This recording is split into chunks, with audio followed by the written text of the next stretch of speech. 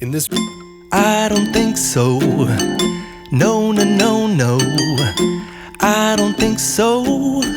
No, no, no, no. It's never, ever, ever, ever, ever, ever gonna happen. I don't think so. No, no, no, no. I don't think so. No, no, no, no. It's never, ever, ever, ever, ever, ever gonna happen. I don't think so. No, no, no, no. Maybe someday you'll have it your way. Maybe someday it'll all work out. Until then, nope, a nope, a nope, a nope, definitely nope, a nope, nope, a nope. Probably never, ever, ever, ever, ever, ever gonna happen. Oh no.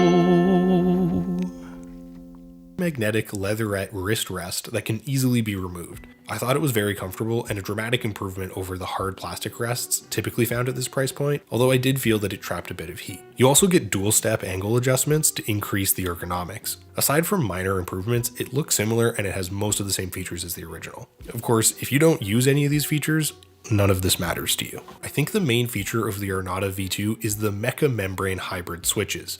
These blend elements from membrane and mechanical switches, so they mimic the sound and tactile feel of mechanical keys while giving you the smooth membrane style actuation. Overall, my experience was nice, with each key press being responsive and providing a satisfying squish when it bottomed out. They also tend to bounce back against your fingers as you type, so the mechanical reproduction isn't as accurate as the SteelSeries Apex 5. I really like how light the membrane switches are, and they're much quieter than a traditional mechanical keyboard.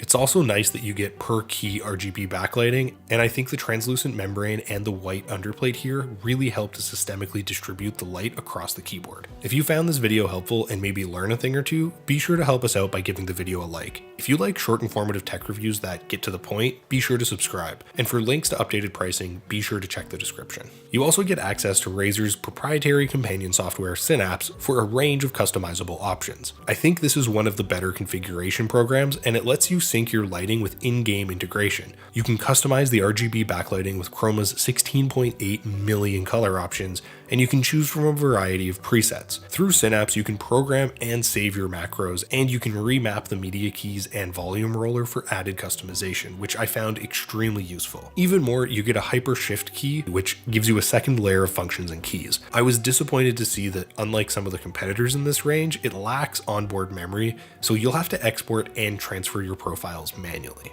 Overall, my gaming experience was solid. I thought the keyboard layout really enhanced gameplay, and the keys sit a good distance apart so you can keep a comfortable hand position while maintaining functionality, which I found especially useful in first-person shooters. Performance is enhanced by the 1000 Hz ultra polling and the N key rollover, so it can actually detect multiple keystrokes simultaneously. The latency is low and I didn't notice any delays. You also get a gaming mode to prevent accidental exits mid-game. Typing on this is also decent, although light typists might face a learning curve. So would I recommend the Razer Ornata V2? I think it depends on what you're looking for out of a gaming keyboard. If you want dedicated media keys, quiet typing noise, and access to comprehensive customization software, then the Ornata V2 is a solid bet, and it will give you good bang for your buck. Aside from the media keys, if you have the original, I wouldn't say you should upgrade. But if you're deciding between the two, the V2 is definitely a better option in my opinion. But that's just my opinion. Let me know your guys' opinions in the comments. For links to updated pricing on all of the items mentioned, check out the description.